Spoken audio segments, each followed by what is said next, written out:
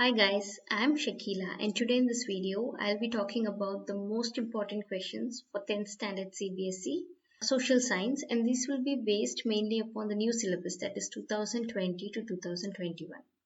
I'll also be discussing about the deleted portions. So starting from history, that is the first chapter, Rise of Nationalism in Europe. The most important questions from this chapter are: why did national tensions emerge in the Balkan? The process by which Germany was unified, the process of unification of Italy. So these three questions are the most important questions for the first chapter. Now moving on to the second chapter, Nationalism in India. Considering this chapter, civil disobedience movement, non-cooperation movement, Satyagraha, differences emerged between the Congress and Muslim League on political issues as well as the Pune Pact. These five questions are the most important for chapter 2. Now chapter 3, 4 and 5 are deleted, so you don't need to worry about that for this particular year. Now moving on to geography, the first chapter, resources and development. The most important questions from these chapters are classification of resources.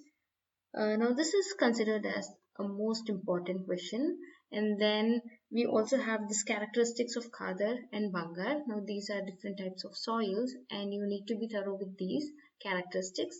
Also the features of rigorous soil and the regions where these kind of soils are present. And then chapter 2 is deleted, so you don't need to worry about that. But in chapter 3, that is water resources, you need to be thorough with the map.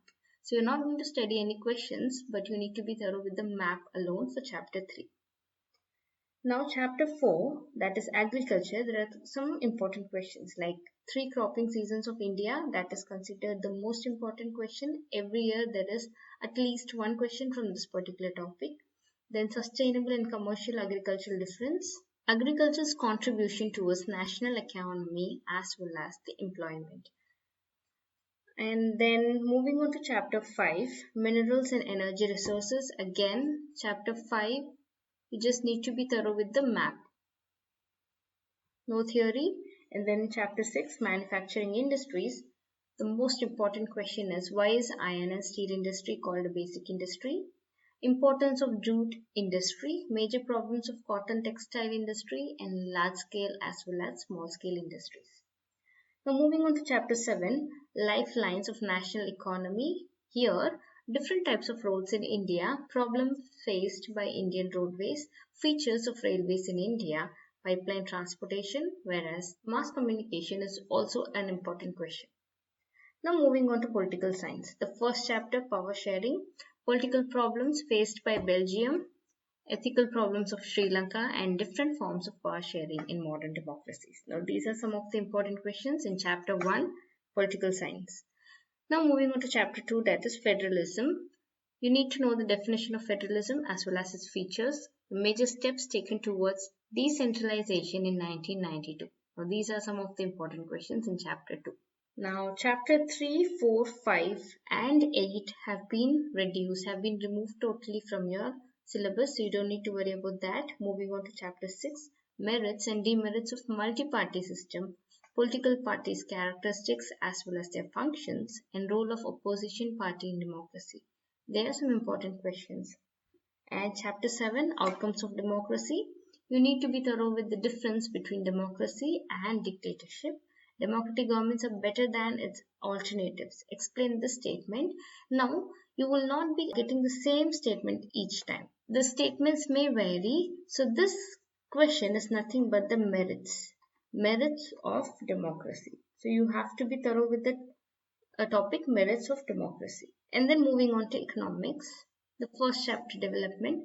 Sustainability of development, how to compare different countries. And then sectors of Indian economy, primary, secondary and tertiary sectors, very important question.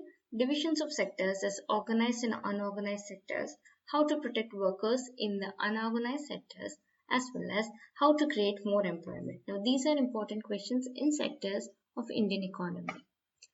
Money and credit chapter, that is chapter 3. Functioning of money, a very important question. Banking and its features, functioning of self-help groups, role of Reserve Bank of India and controlling sector loans.